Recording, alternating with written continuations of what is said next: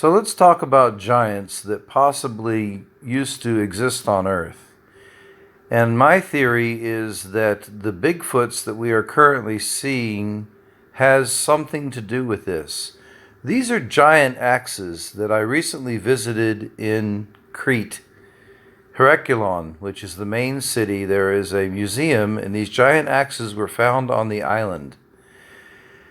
The story goes that the axes are actually ornamental. They're not anything for real. But then I found this. Looking closely at the axes, I could see that there are actually parry dings on the axes. I'll explain parry dings to you now.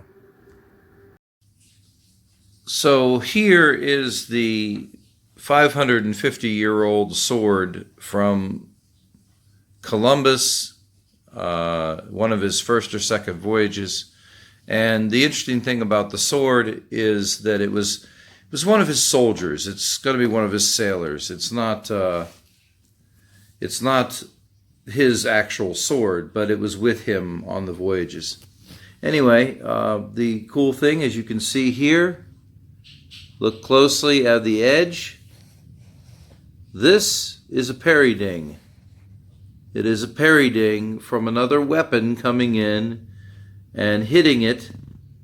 And you can see that the sword wielder was very proficient because he actually struck both ways. So he parried both directions. He would parry forward parry, and he could also do a back parry.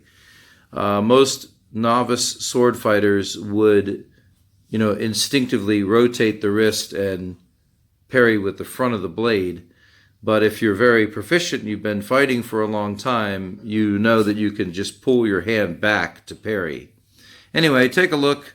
Something also interesting is about the pommel and the gillion here, which is the crossbar.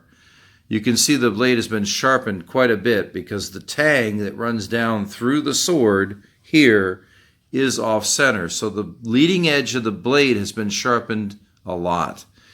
Okay, so let's talk about the parry dings again and how it relates to everything. Here's a 1950s kukura. I believe it's about 1950s.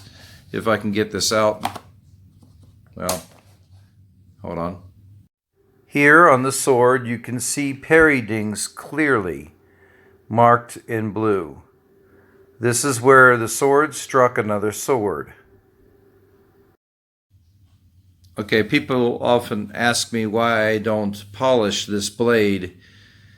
I do keep oil on it, but the museum has told me that if I take the patina off of it, it is actually going to lower the value, so I don't polish the blade.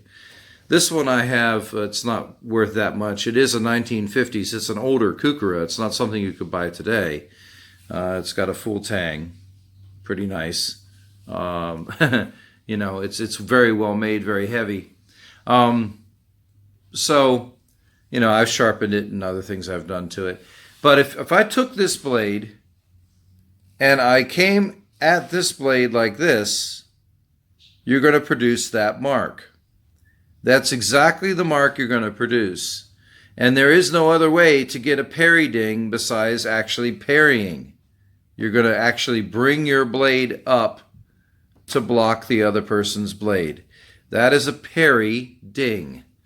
It's for this reason that a lot of Japanese swords parry with the flat of the blade. They actually try to parry like this with the flat of the blade.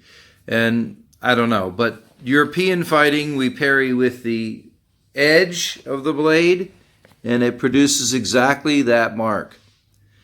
So now let's talk about the giant axes. So I believe that the Bigfoots and Sasquatch we are seeing in our woods today may have something to do with the giants that used to live on the earth. I tried to pick these axes up. The shaft, the handle, is actually made to be much larger than it would be in normal life. It should be tapered the other direction so that it's smaller towards the bottom end of it. But in this case, they made it look like this to make it look ornamental. These are not ornamental axes.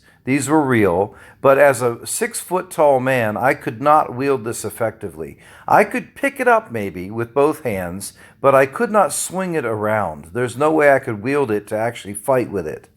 So. Ну, с